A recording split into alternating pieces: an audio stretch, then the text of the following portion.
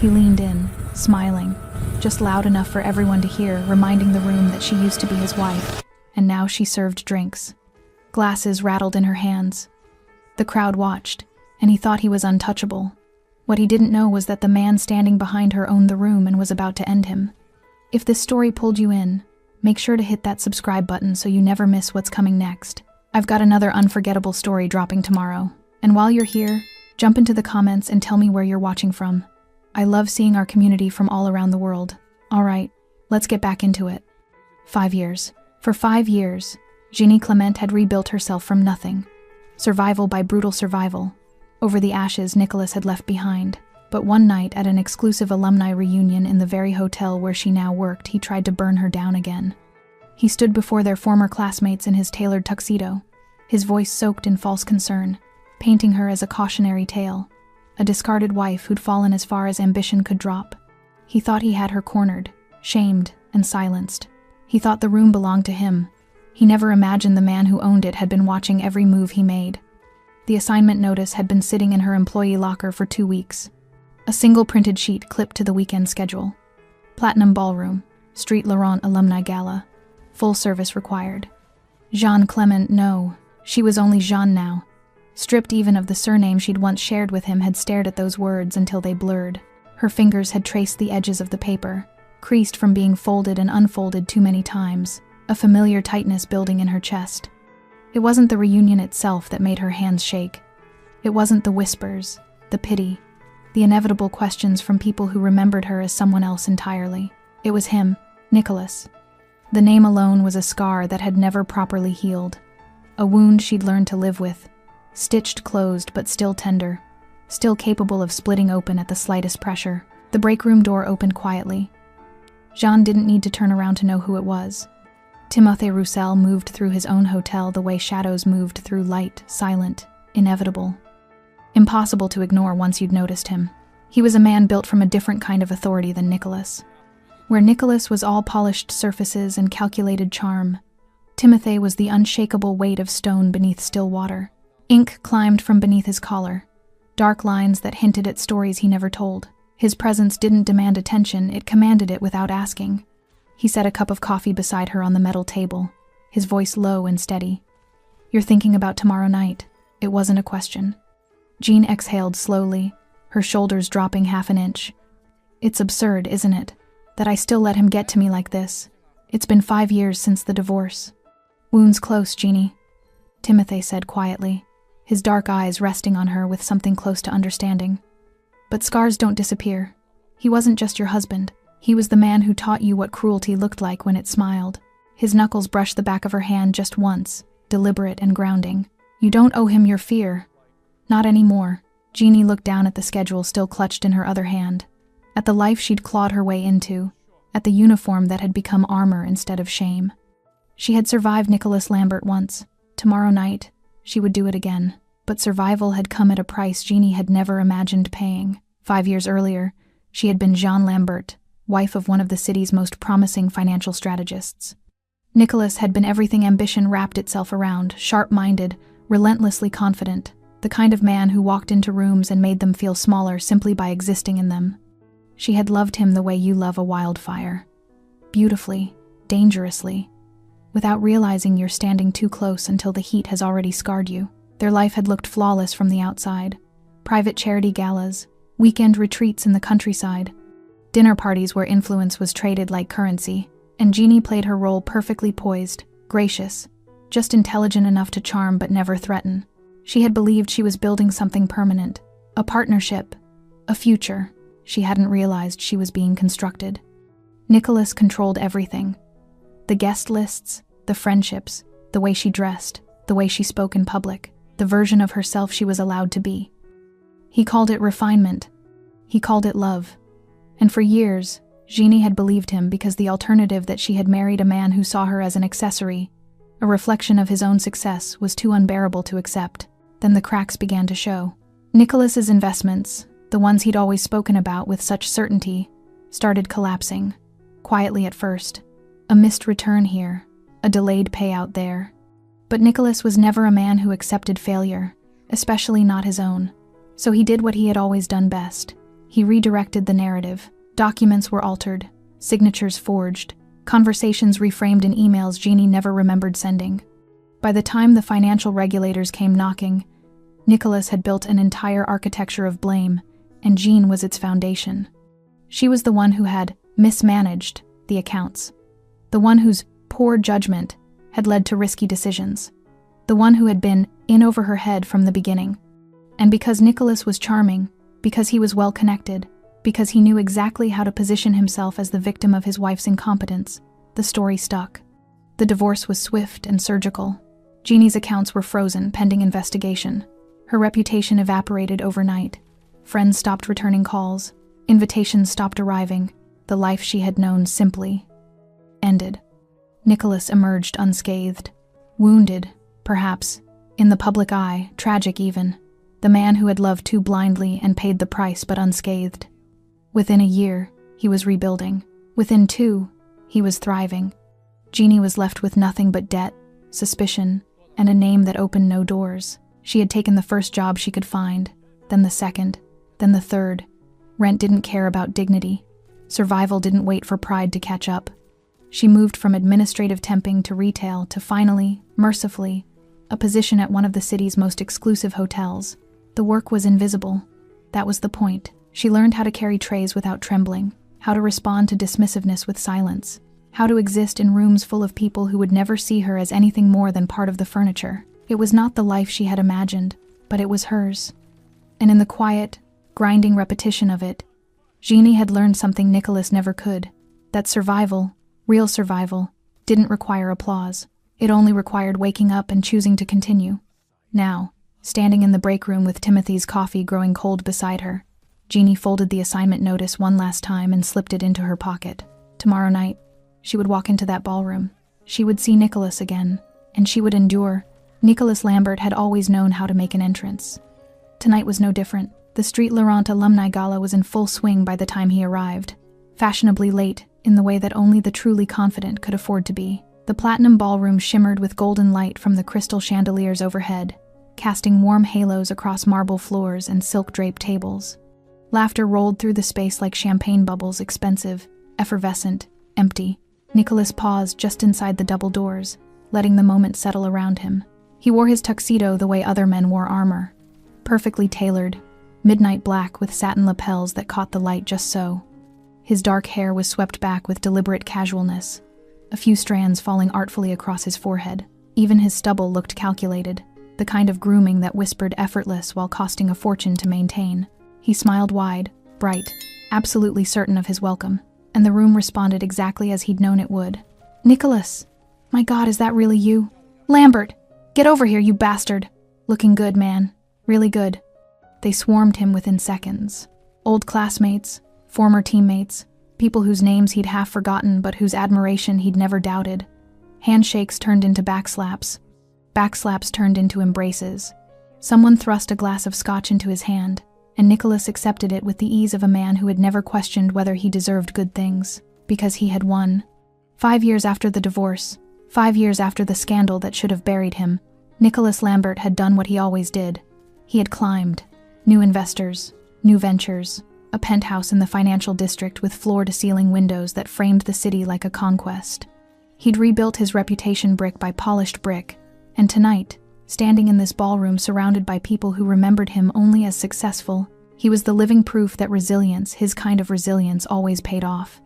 "Still can't believe you pulled off the Singapore deal," someone said, clapping him on the shoulder. "That was ballsy, even for you." Nicholas grinned, swirling his scotch. "Fortune favors the bold, my friend. Always has."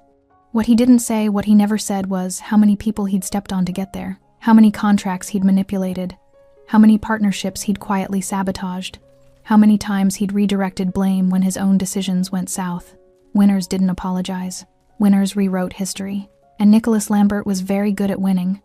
He moved through the ballroom like a king, surveying his territory, stopping at every cluster of conversation, collecting admiration like taxes. They asked about his business, his travels, his life, and Nicholas delivered exactly what they wanted. Success wrapped in self-deprecating humor, ambition softened by charm.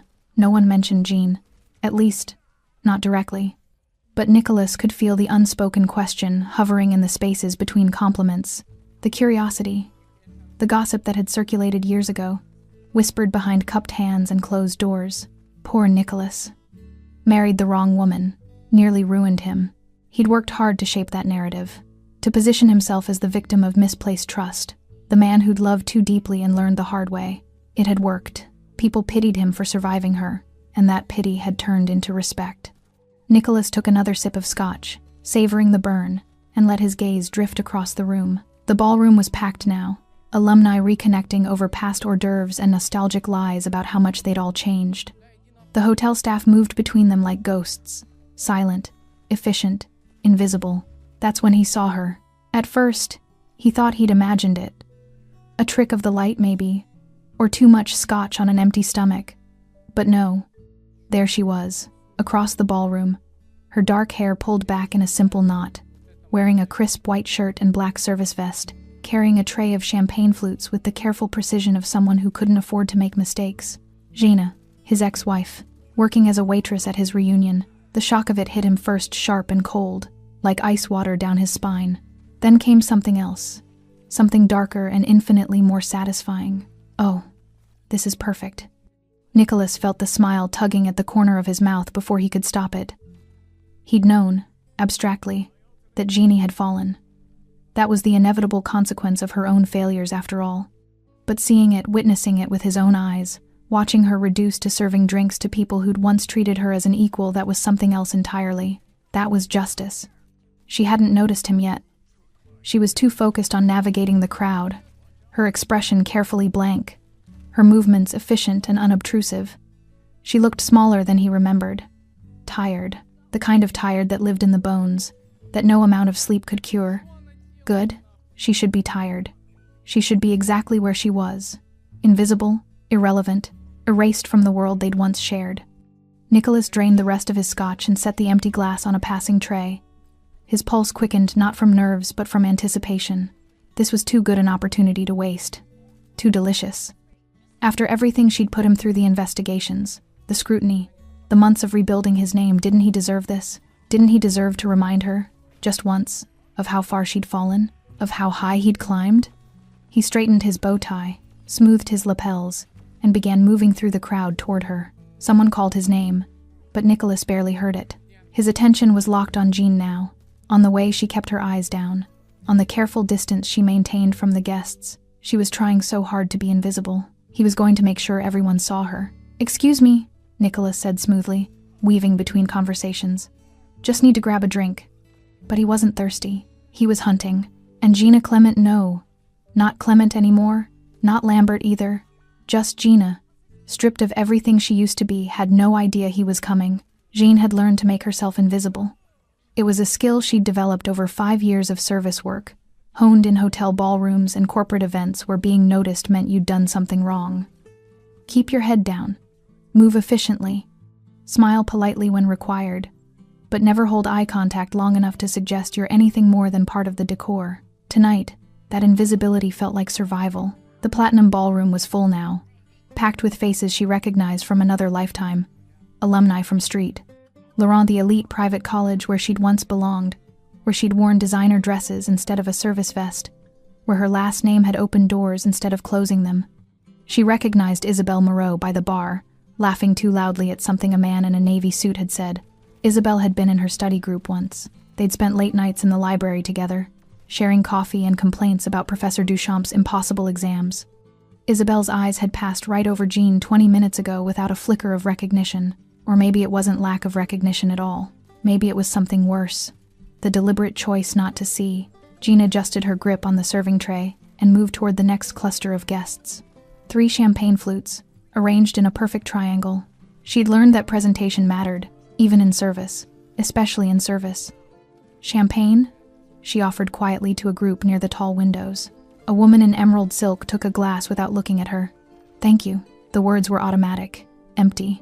Jeannie was already moving away. She made it another 15 feet before she heard the whisper. "Is that? No, it can't be. Oh my God, it is. That's Jeannie Lambert. I heard she lost everything in the divorce, but I didn't realize. Working here? Jesus. That's..." The voices dropped lower, but Jeannie's hearing had sharpened over the years. You learned to catch the things people said when they thought you couldn't hear. Her fingers tightened on the tray. Keep moving. Don't react. Don't give them anything. But her heart was hammering now. A sick, heavy rhythm that made her ribs feel too small. The ballroom suddenly felt suffocating, too bright, too loud, too full of people who remembered her as someone she could never be again. She needed air. Or at least the service corridor. Somewhere away from the eyes, the whispers, the weight of recognition. Jeannie turned toward the kitchen entrance and froze. Nicholas was walking toward her. Not just in her general direction. Directly, deliberately. His eyes locked on hers across the crowd with the kind of focus that left no room for misunderstanding. He'd seen her, and he was coming.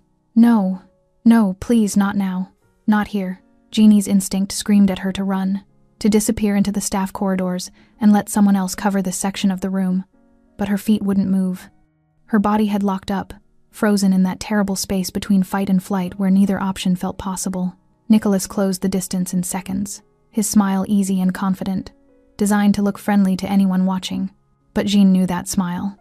She'd seen it 1,000 times before, right before he said something that would cut her down while sounding like concern. "Jeannie," he said, his voice carrying just enough warmth to sound genuine. "Wow, I thought that was you, but I wasn't sure." Several heads turned nearby, curious, hungry for drama they could dissect later. Jane forced herself to breathe. "Nicholas, I have to say, I'm surprised to see you here."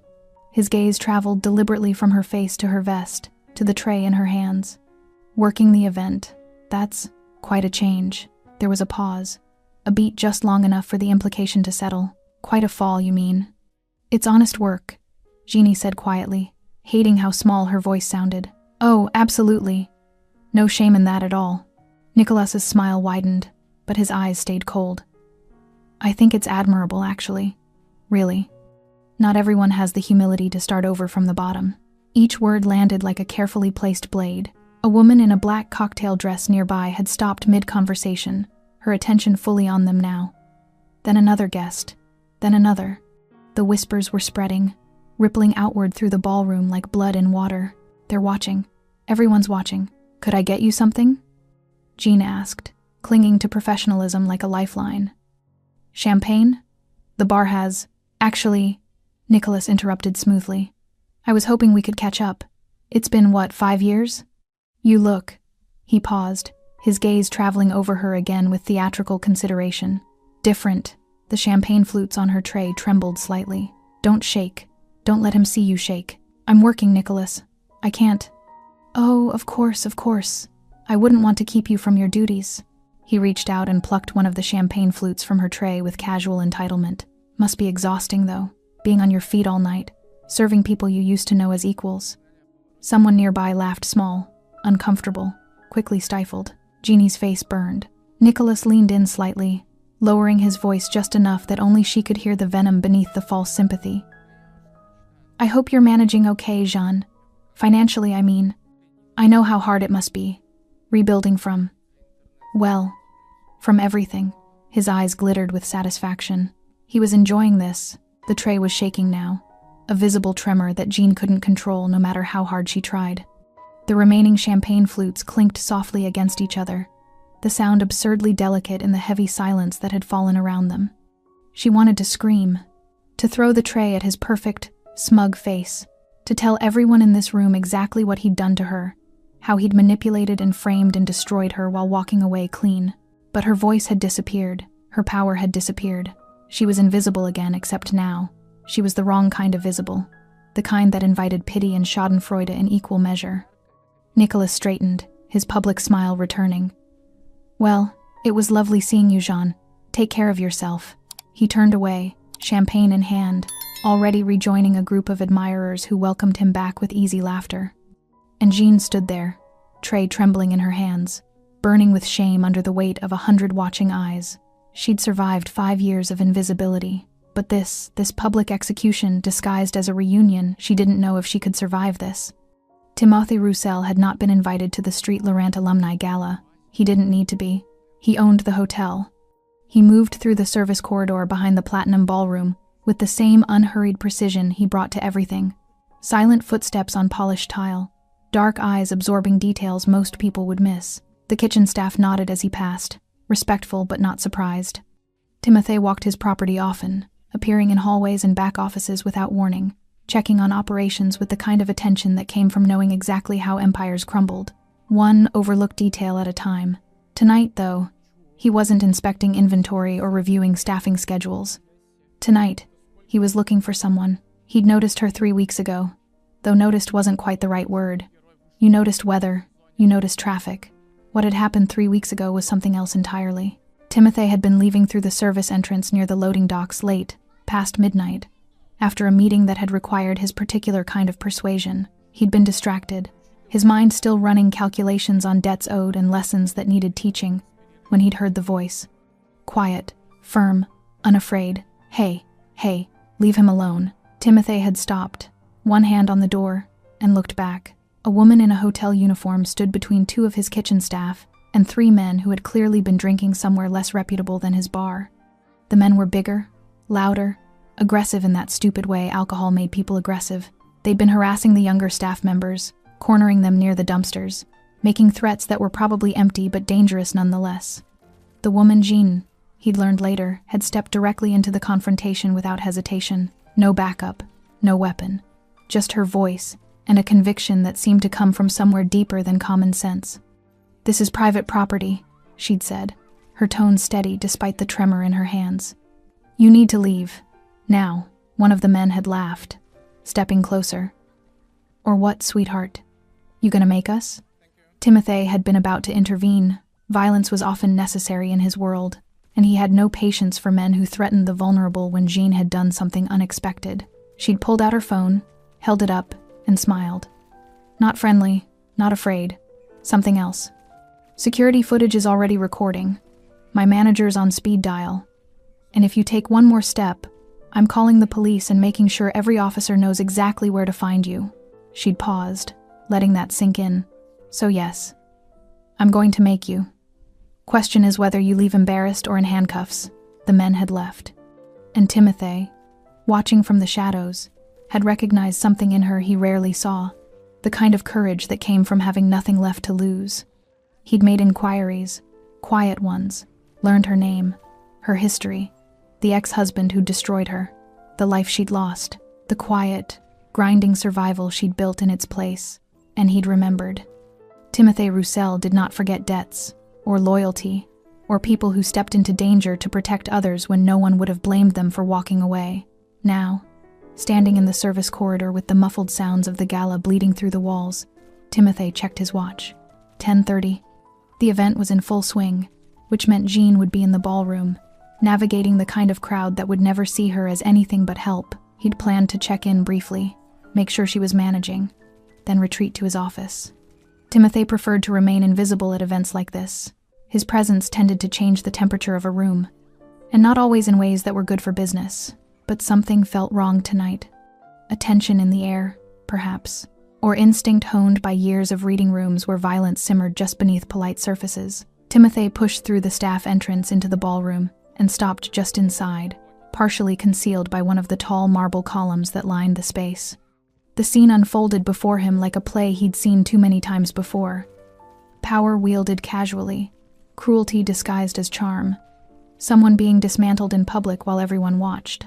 And there, at the center of it, was Jeannie. She stood frozen near the windows, her serving tray trembling visibly in her hands, champagne flutes clinking against each other in a rhythm that matched her breathing fast, shallow, barely controlled. Her face was pale, her eyes wide with the kind of trapped panic that came from being seen in the worst possible way. And in front of her, wearing a tuxedo that probably cost more than Jean made in 6 months, stood a man Timothy didn't recognize but understood immediately, the ex-husband. Timothy's jaw tightened. The man was speaking too quietly for Timothy to hear from this distance, but the body language told him everything. The casual lean, the performative concern, the way his smile never reached his eyes. He was enjoying this, savoring Jeannie's humiliation the way some men savored expensive wine, and the crowd was letting it happen, watching, whispering, feeding on the spectacle. Timothy's hands curled into fists at his sides. He'd spent most of his adult life in a world where violence was currency, where respect was earned through fear and power was maintained through ruthless consistency. He'd done things that would horrify most of the people in this ballroom, made decisions that kept him awake some nights, even when his conscience had long since learned to sleep. But he had rules. You didn't hurt people who couldn't fight back. You didn't mistake cruelty for strength. And you never humiliated someone just because you could. The ex-husband straightened now, taking a champagne flute from Gina's tray with exaggerated courtesy, already turning back toward his admirers. Dismissed her like she was nothing, like she'd always been nothing. Timothy watched Jeannie standing there, tray shaking, shame burning across her face while 100 people pretended not to stare, and something cold and absolute settled in his chest. 3 weeks ago, this woman had stepped between danger and people she barely knew. She'd put herself at risk without hesitation, without expecting anything in return, simply because it was the right thing to do. Timothy Roussel paid his debts, always. He straightened his cuffs, black shirt, no tie, the kind of deliberate casualness that announced he didn't need formal wear to command a room, and began moving through the crowd, not quickly, not dramatically, just deliberately. Conversation quieted in his wake.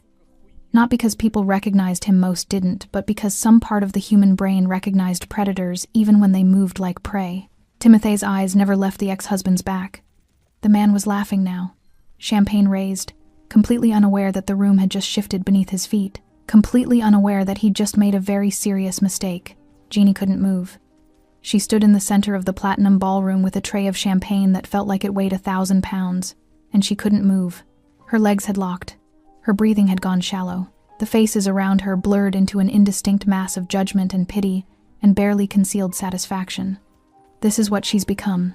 This is how far she fell. Nicholas's laughter carried across the room, rich, easy, the sound of a man who'd never known real consequence. He'd rejoined his circle of admirers near the bar, already recounting some story that had them hanging on his every word. He'd forgotten her already, dismissed her like she was a minor inconvenience, a brief detour in an otherwise perfect evening, just like he'd always done, 7 years earlier. The memory hit without warning, sharp and vivid, pulling Jean backward through time with the force of a riptide. She'd been sitting in their penthouse apartment, his penthouse, though he'd always said ours, staring at a bank statement that didn't make sense. Accounts she didn't recognize. Transfers she'd never authorized. Her name signed to documents she'd never seen. Nicholas? She'd found him in his office, surrounded by monitors displaying stock tickers and financial data she'd never fully understood. Can you explain these transactions? There's money moving through accounts under my name, and I don't... It's nothing, Jean. He hadn't looked up from his screens. Just restructuring some assets. Tax optimization. You don't need to worry about it, but my signature is on. I said don't worry about it. His voice had sharpened just enough to make her flinch, then softer, the tone he used when he wanted to seem reasonable. You trust me, don't you? I'm protecting us, protecting our future. She'd wanted to trust him. God. She'd wanted so badly to believe that the man she'd married was acting in their best interest, that her instincts were wrong, that she was being paranoid. So she'd nodded, apologized for questioning him, gone back to being the perfect wife. And Nicholas had smiled. 3 months later, the regulatory investigators had shown up at their door at 7 in the morning. Jeannie had answered in her robe, coffee still brewing in the kitchen, completely unprepared for the way her life was about to detonate. Jean Lambert. We have some questions regarding financial irregularities in several investment accounts registered under your name. She'd looked to Nicholas, confused, waiting for him to explain, to fix this obvious misunderstanding. But Nicholas had looked surprised, concerned, and when he spoke, his voice carried a tremor she'd never heard before.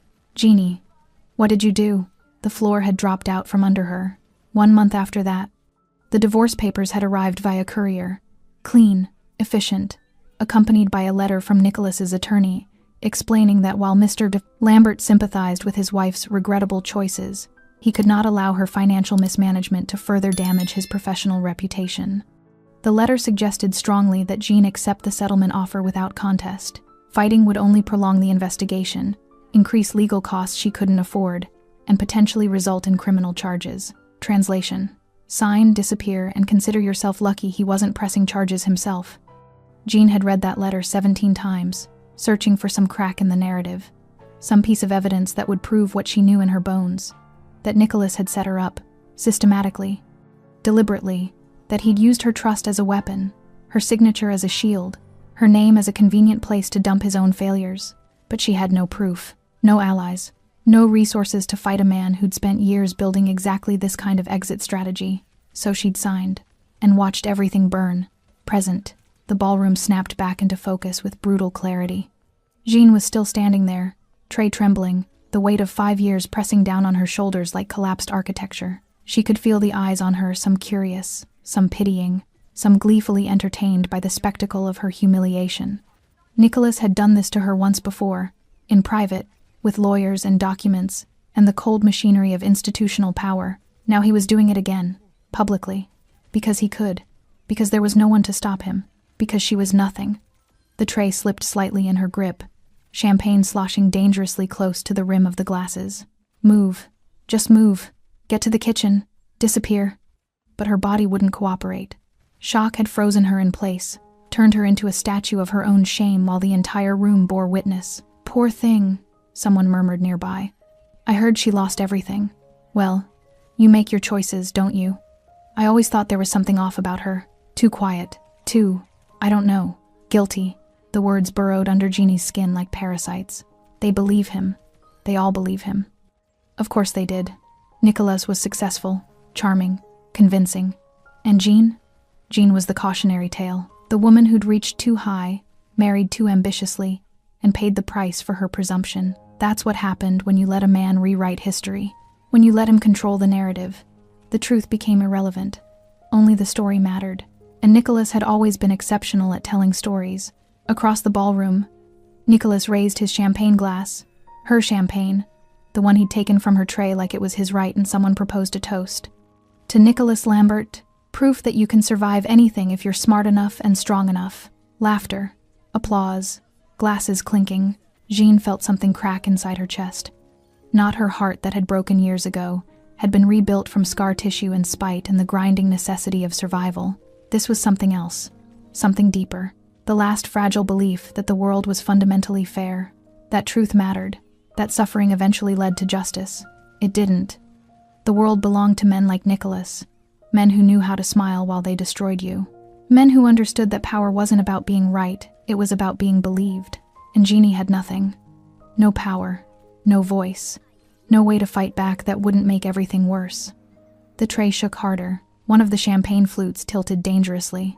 And Jean realized, with horrible clarity, that she was about to drop it. Right here, in front of everyone.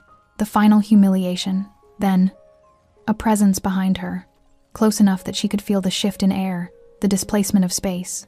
A hand reached past her shoulder, careful, deliberate, and steadied the tray. A voice, low and absolutely certain, spoke directly into the silence. I'll take that. The hand that steadied Jeannie's tray was decorated with ink. Dark lines wrapped around strong fingers, disappearing beneath the cuff of a black shirt that had never seen the inside of a corporate boardroom. The touch was firm but not forceful, the kind of control that came from absolute certainty rather than aggression. Jeannie's breath caught. She knew those hands.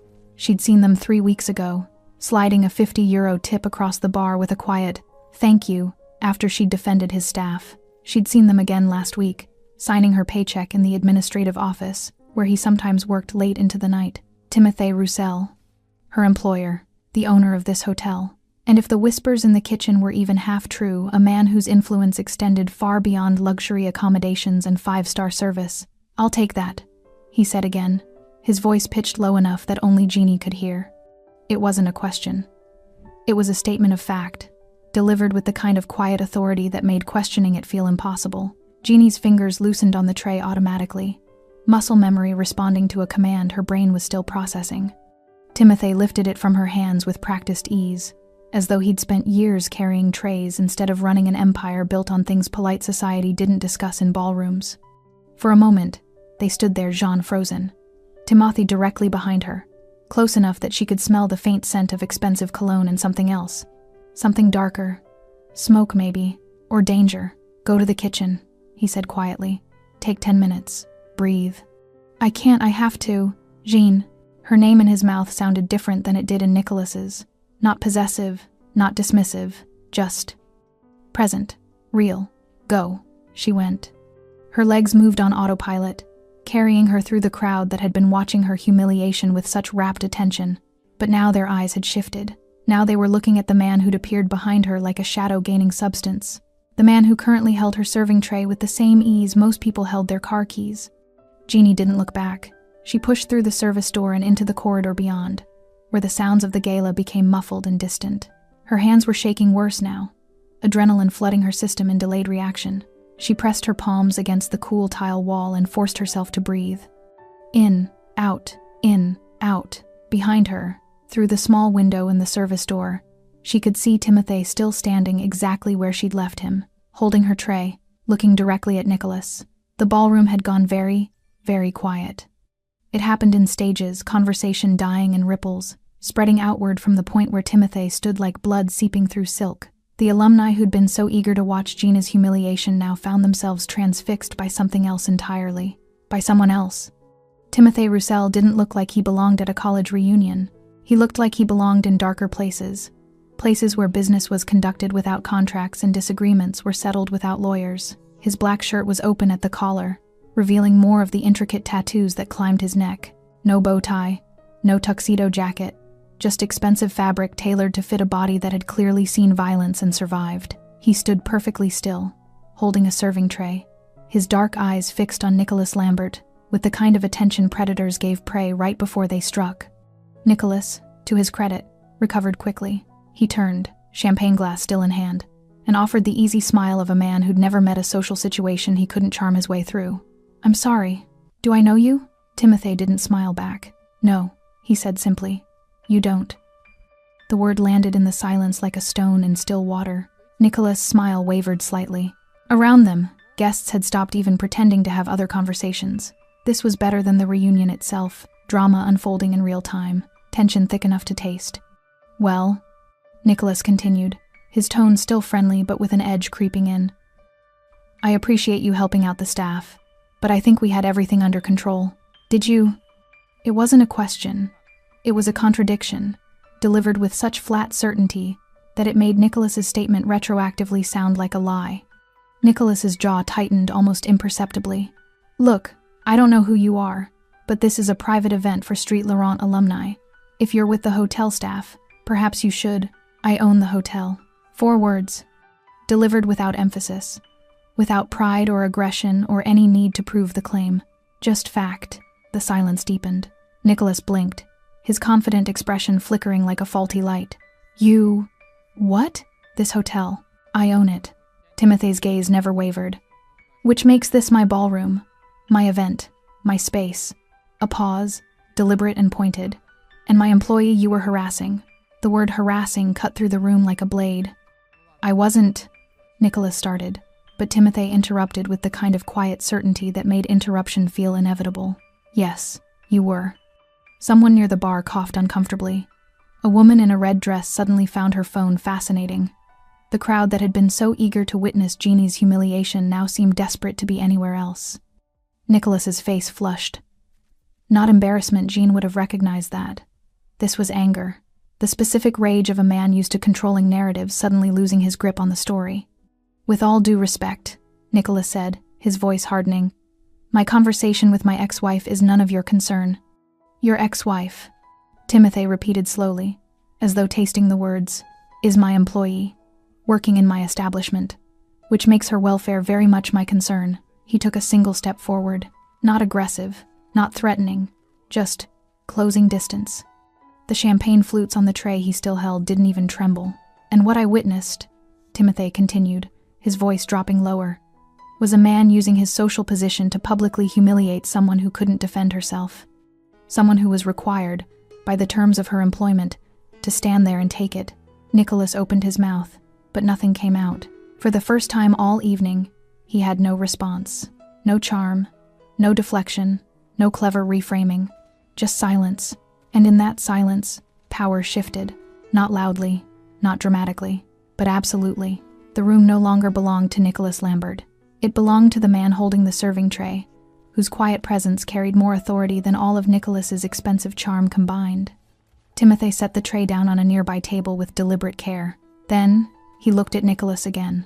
"I think," he said quietly, "you should leave."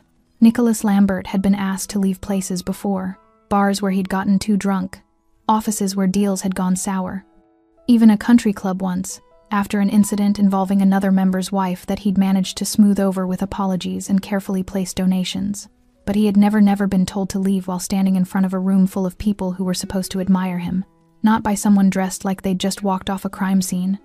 Nicholas's hand tightened around his champagne glass. The flush in his cheeks deepened from anger to something darker, more dangerous. Humiliation wrapped in fury, the kind that made men do stupid things. "Excuse me?" His voice came out sharper than intended, loud enough that several guests flinched. "You're telling me to leave? I'm an invited guest at this reunion. I have every right to be here." Timothy didn't move, didn't blink, just stood there with his hands relaxed at his sides, his expression perfectly neutral, radiating the kind of calm that only came from absolutely knowing that you held all the power in a room. "You were invited to an event," Timothy said quietly, "hosted in my hotel, on my property, under terms that include basic standards of behavior." He paused, letting that sink in. "You violated those terms." "I didn't violate anything. I was talking to my ex-wife." "You were humiliating her." The words cut clean through Nicholas's protest. "Deliberately, publicly, using your social position as a weapon while she was required to stand there and serve you." Timothy took another step forward, still not threatening, still perfectly controlled, but the space between them contracted in a way that made Nicholas instinctively step back. "That ends now," Timothy continued. "You can leave with dignity, or you can leave with security. Your choice." The ballroom had gone from quiet to silent, the kind of silence that pressed against your eardrums, that made breathing feel conspicuous. Every single person in the room was watching this unfold like a car crash in slow motion, horrified, fascinated, unable to look away. Nicolas looked around desperately, searching for support, for someone to validate his version of reality. His eyes landed on a cluster of former classmates near the windows. "Gerard, tell him this is absurd, right? I was just catching up with Jeannie. There's no law against talking to your ex-wife." But Gerard had suddenly become very interested in his shoes. The woman next to him, Isabel, who'd been laughing at Nicholas's jokes 20 minutes ago, had her phone out, pretending to check messages. No one met his eyes. "They're not going to help you," Jeannie thought from her position behind the service door, watching through the small window. "They never do. Not when there's risk involved. Not when helping you might cost them something." She'd learned that lesson 5 years ago, watching her entire social circle evaporate the moment Nicholas's narrative made her toxic. People didn't stand up for the disgraced. They barely acknowledged them.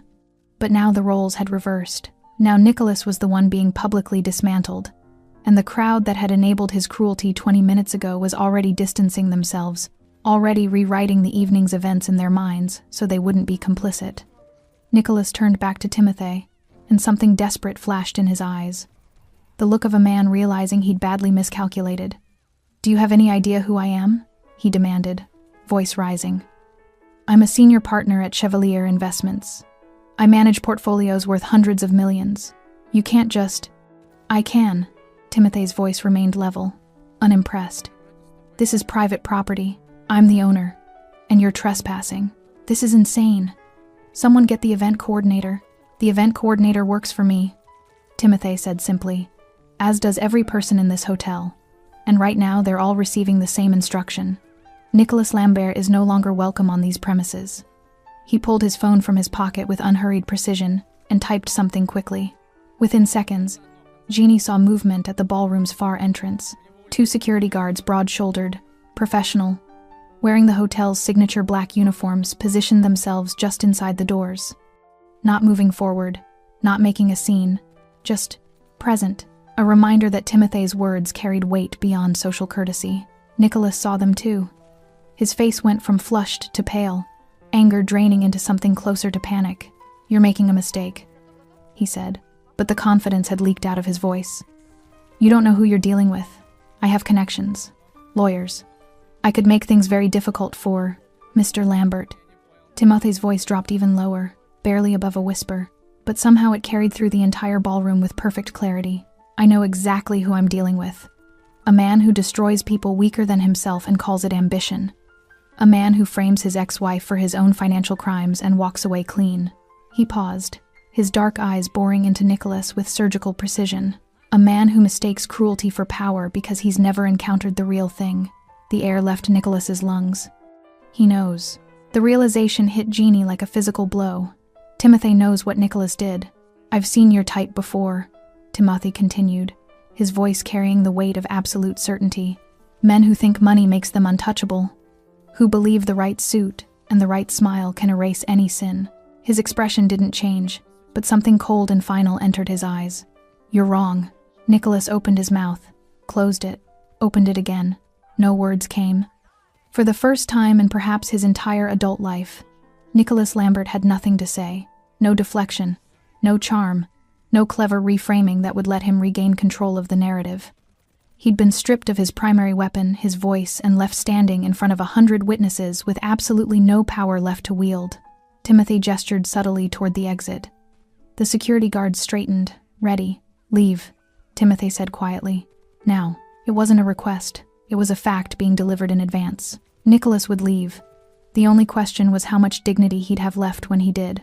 He looked around one last time at the former classmates who wouldn't meet his eyes, at the ballroom where he'd been the star of the evening 30 minutes ago, at the ruins of his perfect reunion. Then he set his champagne glass down on the nearest table with a hand that shook just slightly, and walked toward the exit.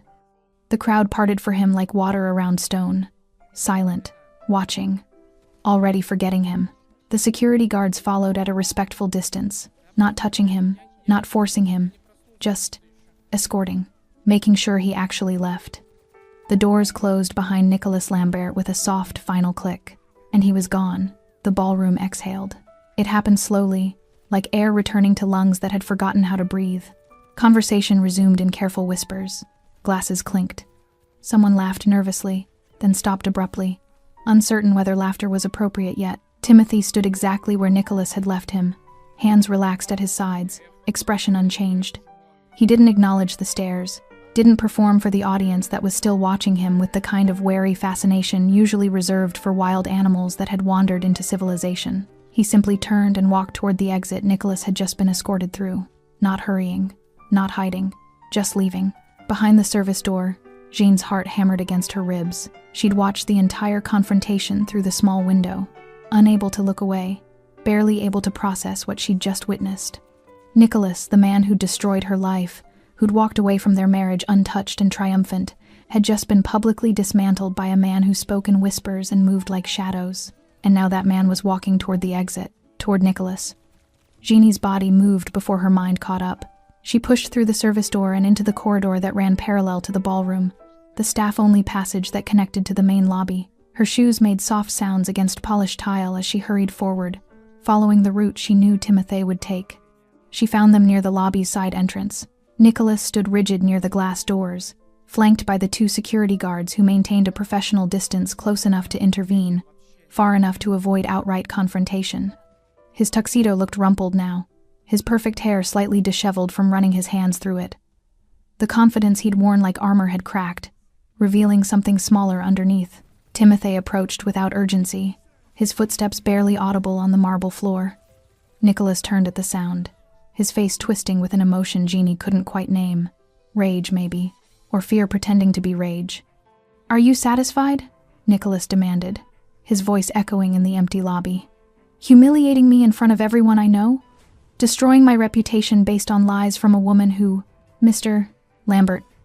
Timothy's voice cut through the outburst like a knife through silk. Quiet. Precise.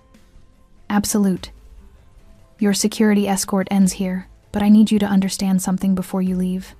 He moved closer, and the security guards stepped back slightly, giving them space but remaining vigilant. Jeannie pressed herself against the wall near the corridor entrance, close enough to hear, far enough to remain unseen.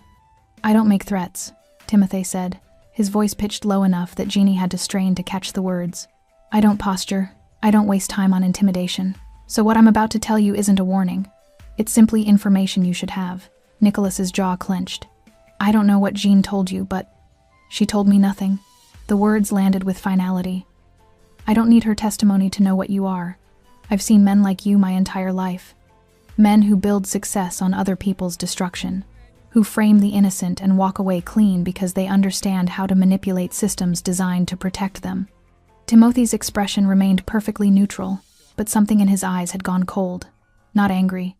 Worse than angry. Clinical. "You want to know what separates you from me, Mr. Lambert?" He didn't wait for an answer. I own what I am. The things I've done, the power I wield, the fear I generate. I don't hide behind legitimacy or charm. I don't pretend my hands are clean. He took another step forward. Nicholas tried to hold his ground but failed, backing up until his shoulders hit the glass door. But you, Timothy continued, you commit the same cruelties and call them business decisions. You destroy lives and frame it as self-preservation. You're violence in a suit, and you've convinced yourself that makes you civilized. I don't have to listen to this. Yes, Timothy said quietly. You do. The security guards shifted slightly, a subtle reminder of their presence. Nicholas's face had gone pale now, the flush of anger replaced by something closer to genuine fear. Your investments with Chevalier, Timothy said, his tone conversational now, almost casual. The Singapore deal you've been so proud of, the venture capital fund you're launching next quarter. They all depend on relationships, trust, perception. He paused, letting Nicholas process the implications. Those things are more fragile than you realize. One conversation with the right person, one audit that asks the right questions, one journalist who decides your success story deserves closer examination. Timothy's gaze never wavered. Your empire isn't as stable as you think it is. Are you threatening me? Nicholas's voice cracked slightly. No. Timothy's response was immediate, certain. I'm educating you. There's a difference. He reached into his jacket pocket and produced a business card, plain, cream-colored, with only a phone number printed on it. No name, no title, just digits. He held it out to Nicholas, who took it automatically, his hands trembling slightly. That's a private investigator, Timothy said. Someone who specializes in financial crimes. Someone very, very good at finding irregularities in investment portfolios. Especially irregularities that involve fraudulent signatures and misattributed liability. Nicholas's face went from pale to gray. I haven't hired him, Timothy continued. Yet. Whether I do, depends entirely on your choices from this moment forward. What do you want? The question came out barely above a whisper. I want you to understand that the woman you humiliated tonight, the woman you framed, bankrupted, and erased, is not as alone as you thought she was. Timothy's voice dropped even lower. I want you to understand that there are people who remember loyalty, who pay debts, who don't forget when someone protects the vulnerable. He stepped back, creating distance again. And I want you to understand that if I ever hear you've contacted Jeannie Clement again, if you approach her, speak about her, even think about her in a way that affects her life, this conversation will be the kindest interaction you and I ever have. The lobby was silent, except for the distant sound of the gala continuing in the ballroom. Nicholas stared at the business card in his hand like it was a grenade with the pin pulled. There's no law against talking to my ex-wife, he said, but the defiance had drained from his voice, leaving only hollow repetition. You're right, Timothy agreed. There's no law, but laws aren't the only thing that governs behavior, Mr. Lambert.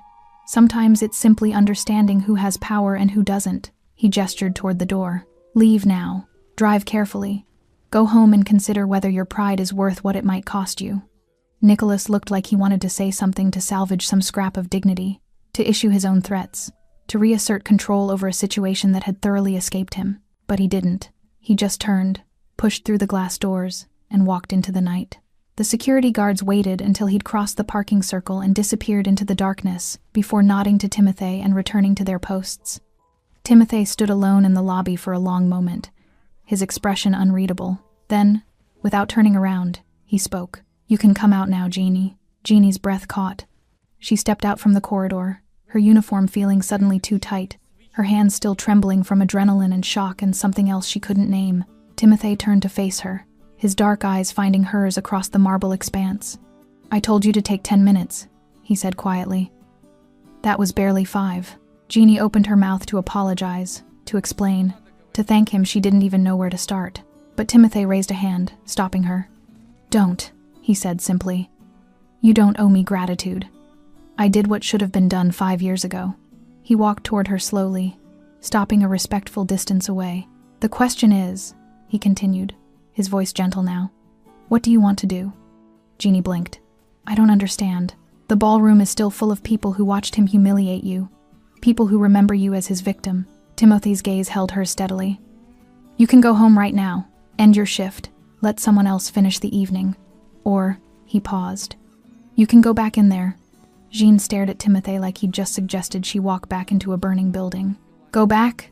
Her voice came out strangled. After what just happened? Yes. The single word carried no judgment, no pressure, just possibility. Jeannie shook her head, wrapping her arms around herself. I can't. They all saw. Everyone watched him tear me apart. They watched me stand there like a victim, like someone who couldn't even defend herself. They watched you survive, Timothy corrected quietly. There's a difference. That's not how they'll remember it. Then change the memory. Jeannie's eyes snapped to his. What? Timothy moved closer, his voice dropping to that low, steady tone that somehow made impossible things sound reasonable. Right now, those people think they know your story. They think they watched the final act the disgraced wife brought low, the powerful ex-husband victorious, the dramatic reversal when someone unexpected intervened. He paused. But they're wrong. That wasn't the final act. You are. The words hit Jeannie like a physical impact. Timothy's expression remained calm, but intensity burned behind his eyes. I can remove people who hurt you. I can threaten consequences. I can protect you from future harm, but I can't give you back what he took from you 5 years ago. He let that settle before continuing. Only you can do that. By walking back into that room. By standing in front of people who think they know what happened, and telling them the truth. Jeannie's throat tightened. They won't believe me. They didn't believe me 5 years ago when it mattered. Why would they believe me now? Because 5 years ago, Nicholas controlled the narrative. He had lawyers, resources, social capital. You had nothing. Timothy's gaze held hers steadily.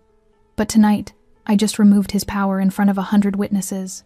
I just proved that he's not untouchable, that his version of events isn't the only one that matters. He gestured back toward the ballroom. Right now, those people are confused, uncertain. The story they thought they knew just got complicated, which means they're actually capable of listening, maybe for the first time. Jean felt tears burning behind her eyes. I don't know if I can. You can, Timothy said simply. I've seen you face down drunk men threatening my staff. I've watched you work double shifts without complaint. I've seen you survive 5 years of a life you never deserved. His voice softened. You're stronger than you think, Jean Clement. You always have been. The tears spilled over. Jean pressed her palms against her eyes, trying to contain the flood of emotion that had been building all evening, all 5 years, really. Shame and rage and grief and something else. Something that felt dangerously close to hope. What if I can't find the words? She whispered. You will. What if they don't care? Some won't. Timothy's honesty was brutal but somehow comforting. But some will. And you'll know who's worth knowing going forward. Jean lowered her hands, looking at him through blurred vision. This man who barely knew her, who owed her nothing, who'd just defended her anyway because it was right. Why are you doing this? She asked. Really? Timothy was quiet for a long moment. Because 3 weeks ago, you stepped between danger and people you barely knew, he said finally. You didn't have to. You gained nothing from it. You just did it because someone needed to. He held her gaze. Tonight, someone needs to speak, and I think it should be you. Jeannie walked back into the platinum ballroom, with her heart in her throat and her hands clenched at her sides. The gala had resumed, but the atmosphere had changed.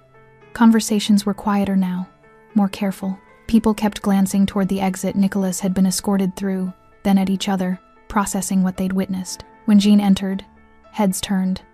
Not with pity this time, with curiosity, uncertainty, the desperate human need to understand what had just happened. Jeannie moved toward the center of the room, her legs shaking but carrying her forward anyway. She passed the spot where she'd stood, frozen with her trembling tray. Past the table where Nicholas had dismissed her like she was nothing. Someone near the bar whispered something.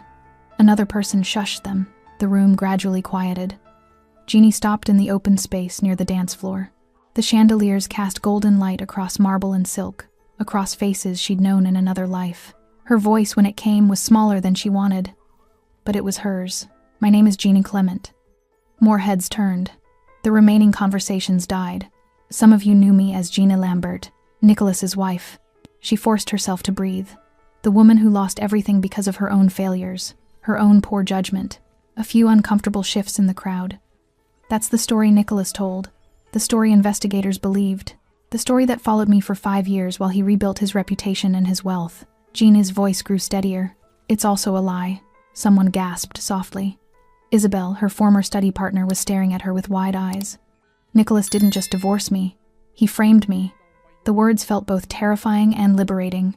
He used my signatures without permission. He created documents I never saw, and when his investments collapsed, he made sure my name was attached to every failure while his remained clean. She looked around the room, meeting eyes that wouldn't meet hers earlier. I had no proof, no resources to fight him. So I lost everything. My home, my reputation, my entire life. Her voice cracked slightly, and I spent 5 years believing that meant I deserved it. That I must have done something wrong. That powerful, successful people don't just destroy someone for convenience. Tears ran down her cheeks now, but she didn't wipe them away. But tonight, watching Nicholas try to humiliate me one more time, I realized something. Jeannie's voice strengthened. Losing him wasn't my failure. It was my escape. The ballroom was completely silent. I survived, Jeannie continued, without his money, without his name, without anything except the determination to keep breathing, keep working, keep existing. She straightened her shoulders. And that is more real than anything Nicholas ever built. She took a shaky breath. I'm not asking you to believe me. I'm not asking for your pity or your friendship. I'm just telling you the truth. Finally, because I'm done letting him own my story. For a long moment, nothing happened. Then someone started clapping, slowly at first. Just one person near the windows, then another, and another. Isabel set down her drink and began applauding, tears streaming down her face. The applause spread through the ballroom like a wave, not everyone, but enough. Enough to matter. Jeannie stood there, crying openly now, as the room she'd been afraid to enter gave her something she hadn't expected. Not redemption, but acknowledgement, the truth, finally heard. The platinum ballroom had transformed. Not physically, the chandeliers still cast their golden glow. The marble floors still gleamed. The silk drapes still framed floor-to-ceiling windows. But the atmosphere had shifted in a way Jeanne could feel in her bones. The space no longer belonged to old hierarchies and carefully maintained social positions. It belonged, for this moment at least, to truth. The applause faded gradually, replaced by the sounds of people moving, conversing, existing in a room where something fundamental had just changed. Several alumni approached Jeannie, some offering apologies for their silence, others simply sharing quiet acknowledgement. Not everyone, not even most, but enough. Isabel reached her first, mascara running in dark streaks down her cheeks. "Jeanne," she breathed, then stopped, words failing. She tried again. "I should have 5 years ago. I should have." "You couldn't have known," Jeanne said, and was surprised to find she meant it. He was very convincing. "I could have asked. I could have listened." Isabel's voice broke. "Instead, I just disappeared. Like everyone else." Jeanne reached out and squeezed her hand briefly. "You're here now." It wasn't forgiveness exactly. It was something more complicated: acknowledgement that the past couldn't be rewritten, but the present could still be chosen. Other conversations followed, some genuine, some performative. Jeannie found she could tell the difference now, could see which apologies came from actual remorse and which came from social obligation or the desire to be on the right side of a dramatic story. She accepted them all with the same quiet grace, because this wasn't about them anymore. Throughout it all, Jeannie caught glimpses of Timothy at the ballroom's edge, his dark figure barely noticeable against the marble columns. He wasn't watching her, or if he was subtle about it. Just present. A reminder that she hadn't been alone, even when she'd felt most isolated. Eventually, the crowd's attention shifted naturally back to the reunion itself. The drama had peaked and passed, and people were already beginning the process of incorporating tonight's events into their personal narratives, deciding how they'd tell the story later. Jeanne slipped away quietly. She found Timothy in the hotel's private office on the second floor, a space she'd only glimpsed in passing. All dark wood and leather, and the faint scent of expensive whiskey. He was standing by the window, silhouetted against the city lights, looking out at the streets below. He turned when she entered, his expression unreadable. "You didn't have to come find me," he said. "I know." Jeanne closed the door behind her. "But I needed to say thank you. Properly, not in front of an audience." Timothy shook his head slightly. "I told you. You don't want gratitude, I remember." Jeannie moved closer. "But I'm giving it anyway, because what you did tonight." Her voice caught. "No one has stood up for me like that in 5 years. No one has treated what happened to me as if it mattered." It did matter. Timothy's response was immediate. It does matter. They stood in silence for a moment, the city humming beyond the window. What happens now? Jeanne asked quietly. With Nicholas? Nothing, if he's smart. Timothy's tone was neutral. Everything, if he's not. Either way, he'll never be a problem for you again. How can you be sure? Because men like Nicholas are predators. They target the vulnerable, the isolated, the people who can't fight back. His dark eyes found hers. You're none of those things anymore. Jeanne felt something shift in her chest. Not healing that would take longer, but the beginning of something. A crack in the armor of shame she'd worn for 5 years, letting light through. I still have to work here, she said. Still have to serve drinks at galas. Still have to exist in spaces where people might remember tonight and judge me. Yes, Timothy agreed. But now they'll also remember that you spoke, that you stood in front of them and claimed your truth even when it would have been easier to hide. He moved toward his desk, opened a drawer, and pulled out an envelope. Your paycheck, he said, holding it out, plus a bonus for completing tonight's shift under difficult circumstances. Jeanne took it, feeling the weight of it.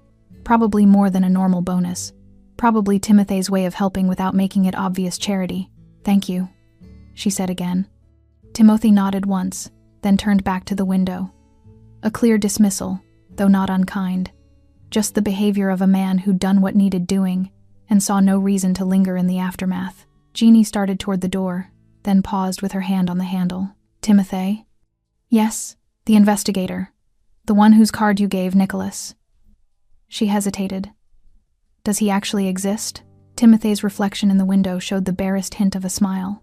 Does it matter? Jeanne considered that. The threat had been effective, whether real or not. Nicholas believed it. That belief would govern his behavior going forward.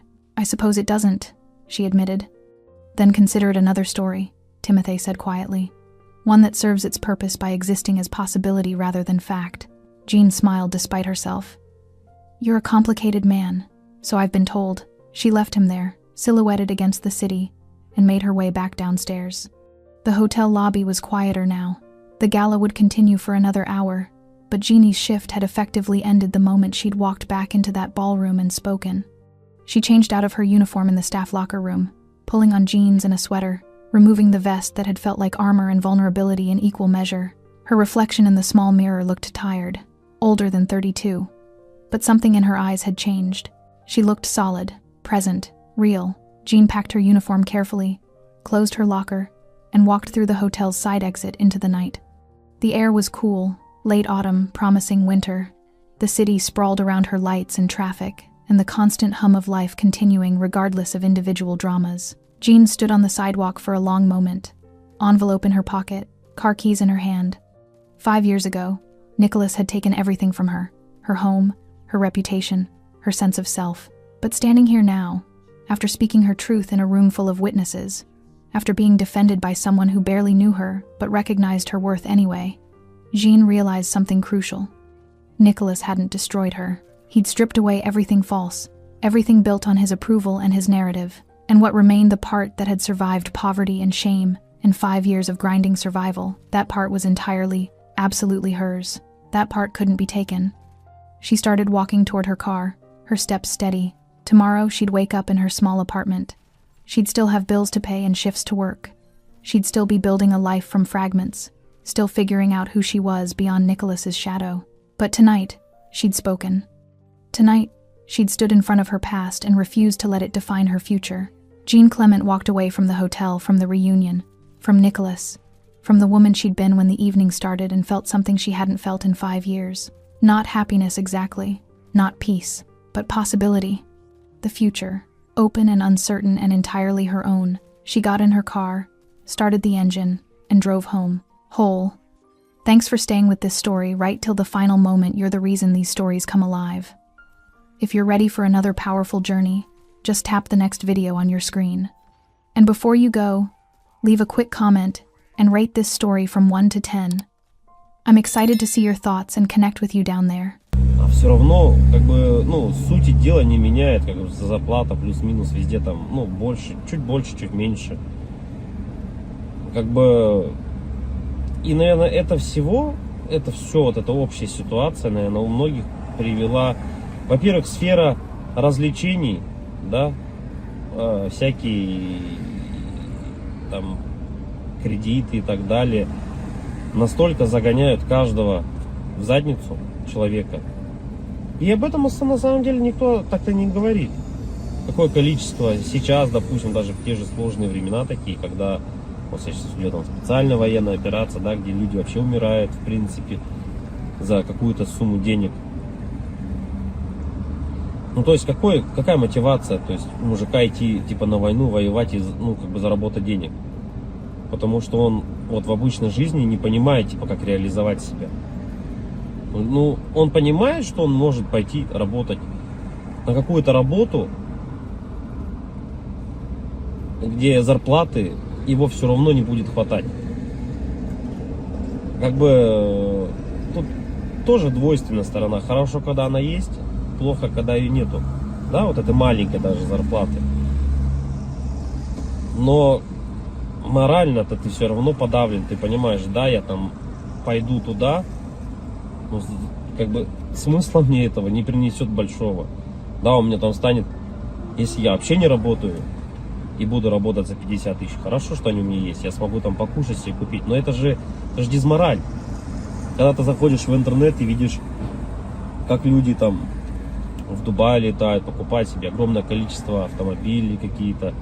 Ну, много всего такого, что ты за эту зарплату себе никогда в жизни позволить не сможешь. И как человеку оставаться морально, типа, сильным? Что ему нужно делать? Ну, наверное, во-первых, это, наверное, все от семьи исходит, да? То есть, какая семья у тебя? Как она построена? Если ты один живешь, это сложно, да, ты будешь сам себя, но у тебя, опять-таки, возможно, ну, родители, если есть, которые друзья поддержат тебя в какой-то момент, хотя бы просто отвлекут тебя от этих мыслей. А если у тебя, к примеру, там, семья, жена, к примеру, да, есть дети, то тут, наверное, поддержка только от них исходит какая-то. Вот, чтобы не упиваться в своих мыслях о том, что какая нынче сложная жизнь. И, наверное, других-то вариантов, в принципе-то, и нету. Какие вот еще варианты, в принципе, изменить, поменять свою жизнь настолько, чтобы она была, ну, казалась тебе удачной, да, реализованным себя в жизни, в чем-то. В чем, вот как проявляется на самом деле у нас реализованность? Наверное, у 90% случаев это финансовое благополучие, финансовая независимость. Это, наверное, одно из таких ключевых моментов, когда человек, наверное, считает себя реализованным, да, в этой жизни. То есть, как добиться этого? То есть, с учетом того, что даже возьмем нашу страну, да, сколько миллионов людей здесь живет, как каждому добиться этого результата? Непонятно. И с каждым годом просто ситуация становится все хуже и хуже. Все дорожает, люди зарабатывают либо столько же. Ну, даже если они зарабатывают столько же, на самом деле этого все уже недостаточно. А к чему это все приведет на самом деле? В оконцове, наверное, мир погрязнет в большую депрессию в какую-то. Какие-то войны, возможно, или еще что-то еще больше глобальных таких вещей, которые не приведут ни к чему хорошему на самом деле.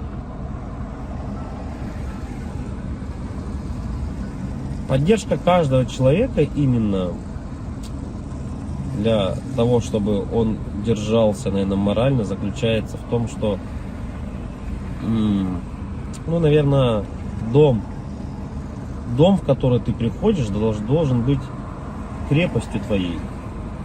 Да, что это единственное должно быть место, где ты будешь чувствовать себя под защитой.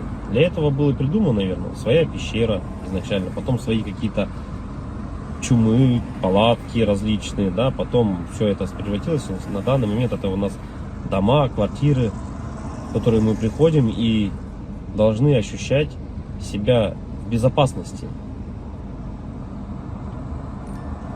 чтобы можно быть немного морально расслабленным с учетом того, что ты выходишь каждый день на работу, на улицу, и все равно давление вот это вот, оно все равно присутствует. Когда ты заходишь в магазин, видишь цены эти, да, и так далее, не можешь себе что-то там приобрести, позволить на ежедневной основе, это откладывает большой, наверное, отпечаток. Не, наверное, а точно. И поэтому, когда возвращаясь домой, ты чувствуешь, вот хотя бы есть типа уголок того места, куда ты можешь прийти.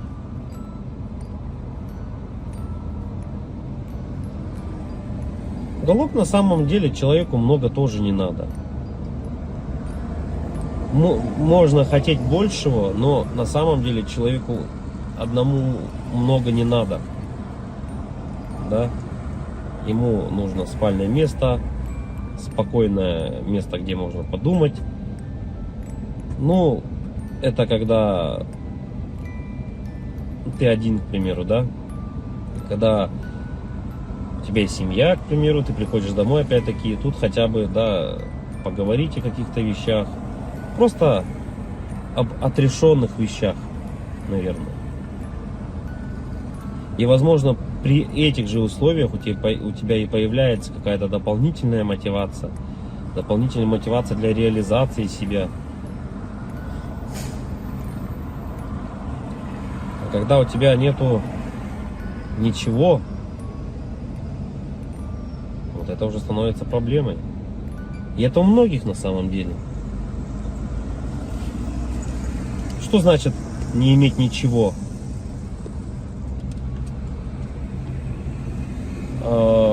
Тут, наверное,